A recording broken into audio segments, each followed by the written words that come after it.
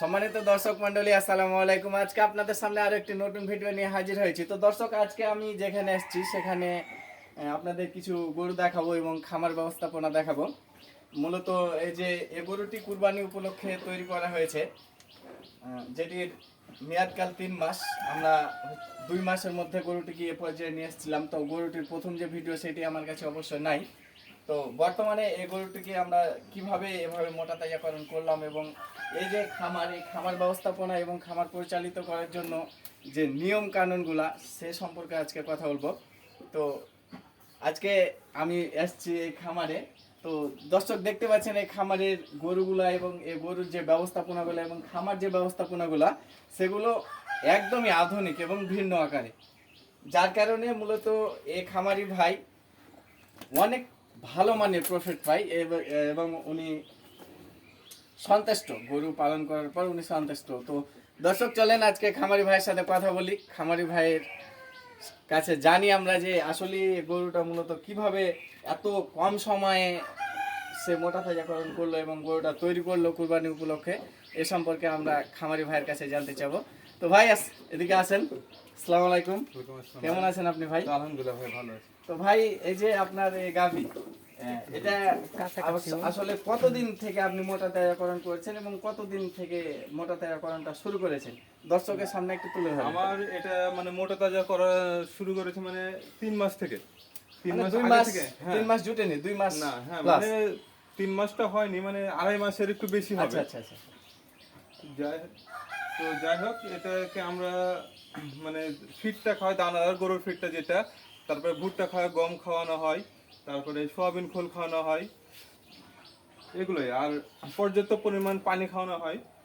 হ্যাঁ, তো এইভাবে।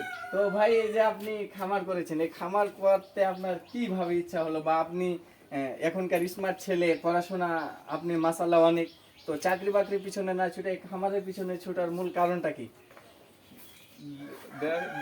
দেখেন, মানুষের কিন্তু খাওয়ার চাহিদা কিন্তু কখনোই কমে না, জি মানুষকে জি জি। খেতেই হবে। হ্যাঁ হ্যাঁ, সারা জীবন ওর খাওয়াটা লাগবে, আল্লাহ প্রদত্ত এটা, জি। আমাদের খাওয়াটা লাগবে। তো মানে অন্যান্য ব্যবসাতে মানুষ যদি লসও যায়, মানে ইয়া হয়, কিন্তু এই মানে কৃষিতে বা খামার করে কোনো খামারে loss না, নাই। খামারে কোনো লস নাই। আচ্ছা আচ্ছা। তো এটা চাহিদা সবসময় থাকে। আর এটাতে মানে লাভের কথা যদি বলতে তো যাই, আপনার কথা হচ্ছে যে আপনি অন্যের অধীনে না থেকে নিজে হ্যাঁ। প্রতিষ্ঠিত হতে চান, এবং আপনার কথা হচ্ছে যে আপনি আপনার মতো করে খামার করে এগিয়ে যেতে চান। জি। তো এই খামার করার পর আপনি কেমন প্রফিট পাচ্ছেন বা আপনার লাভ আলহামদুলিল্লাহ কেমন ভালো, হচ্ছে? ভালো হয়েছে। ভালো হচ্ছে না? হ্যাঁ, জি। তো দর্শক কি অন্য কেউ কি এই খামার করতে পারে? এভাবে খামার করলে লাভ ইনশাআল্লাহ। করবে?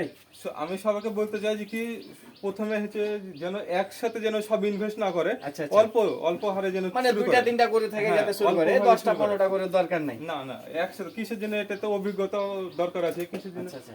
অনেক অসুখ বিসুখ আছে অনেকের, কিসের জন্য একটা গরু যদি মারা না যায়, ঠিক আছে, তাহলে এটা তো লস নাই। আচ্ছা যদি প্রফিটও না আসে, কিন্তু আচ্ছা। লস নাই। ভাই আপনি গরুকে খাবার দেন কিভাবে, বা দিনে কতবার খাবার দেন? আমি দিনে দানাদার 2 বার দিই। জি। আর আউটটা মনে করেন সকাল 7টার দিকে মানে আউটটা দিয়ে দিই, তারপরে কিছু পর হচ্ছে দানাদারটা দিই, তারপরে হচ্ছে আউট দিয়ে থাকে আমার। তারপরে আর কিছুক্ষণ পর মানে এই দানাদারটা 1.5-2 ঘন্টা পরে হচ্ছে আউট দিয়ে আবার। আচ্ছা তো আচ্ছা। তারপরে রেস্টে থাকার পর আমি হচ্ছে বিকালবেলা আবার দানাদার দিই 4টা থেকে 5টার মধ্যে, দিয়ে মনে করেন সন্ধ্যার আগে আউট দিয়ে শেষ। আর তো তার দর্শক- মাঝে হচ্ছে পর্যাপ্ত পানি দেওয়া হয়। আচ্ছা আচ্ছা, মাশাআল্লাহ, আপনার খাবার ব্যবস্থাপনা অবশ্যই বলতে হবে একদম আলহামদুলিল্লাহ বা অনেক ভালো। তো দর্শক শুনতে পেলেন আপনারা যে খামার করে এখন পর্যন্ত কোনো খামারই লস করে নাই। যদি খামার করা হয় তাহলে ভাইয়ের কথা অনুযায়ী আপনি 2-3টা গরু থেকে শুরু করেন, আপনাকে অনেক গরু দিয়ে খামার করতে হবে এরকম কোনো কথা নাই।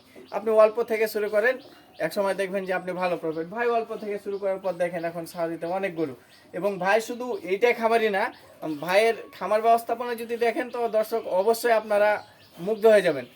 ভাইয়ের খামার ব্যবস্থাপনা অত্যন্ত আধুনিক।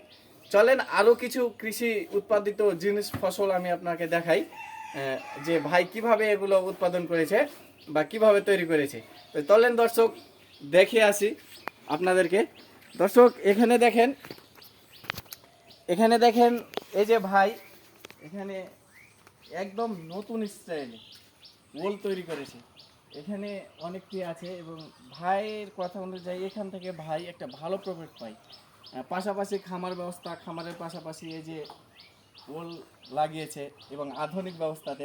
দর্শক আরো চোখ রাখুন, আপনারা দেখাতে দিবি হুম। এই পেঁপে গাছগুলো কতদিন পর পেঁপে দেয়? এগুলো এই খুব যে অল্প পেঁপে সময়। না, এই যে পেঁপে ধরা শুরু করে দিয়েছে, হ্যাঁ এত মানে ছোট 3 গাছে মাস। পেঁপে ধরা শুরু হ্যাঁ করছে? মানে 3 মাস হলো, আচ্ছা মানে আচ্ছা। বয়স এখন 3 মাস হয়ে তো গেল। দর্শক, এই যে খামার ব্যবস্থাপনা, খামারের পাশাপাশি এই যে ভাইয়ের কৃষি উৎপাদন কিছু ফসল, অবশ্যই এটা দেখার মতো এবং অনেক সুন্দর। একটি আকর্ষণীয় কিছু আম তৈরি করেছে, যেটা অত্যাধিক আধুনিক, এবং আমের যে কালার, এটা হচ্ছে ভাই পাশাপাশি সব কিছুই রাখে, পেঁপে আছে, ওল আছে, আপনার যে ইয়া, মানে কি বলবো দর্শক, একদম মনোমুগ্ধকর। তো ভাইয়ের খামার ব্যবস্থা দেখার পর আমি অত্যন্ত খুশি হয়েছি এবং এ কারণে আপনাদের সামনে একটি ভিডিও শেয়ার করা। তো দর্শক, আপনারা যদি চান তাহলে এভাবে খামার ব্যবস্থা তৈরি করতে পারেন এবং ভাইয়ের মতো জীবনযাপন করে অনেক উন্নত জীবন তৈরি করতে পারেন। তো দর্শক, এ পর্যন্ত আজকে ভালো থাকবেন। আসসালামু আলাইকুম।